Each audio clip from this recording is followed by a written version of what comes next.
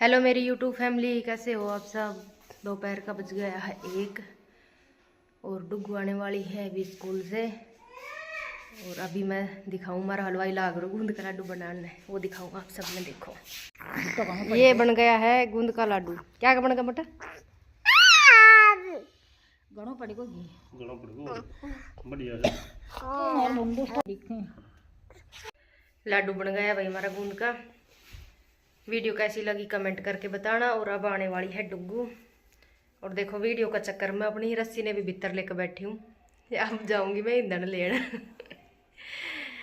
डुगू आ जाए फिर जाऊंगी। वीडियो कैसी लगी कमेंट करके बताना। और आप सबने गूंद का लड्डू बना लिया कि ना बनाया, ये भी कमेंट करके बताना। वीडियो को लाइक और चैनल को सब्सक्राइब करके जाना। मिलते हैं अगली वीडियो में, तब तक के लिए बाय बाय। हर हर महादेव। अच्छा सा कमेंट जरूर करके बताना। Bye bye.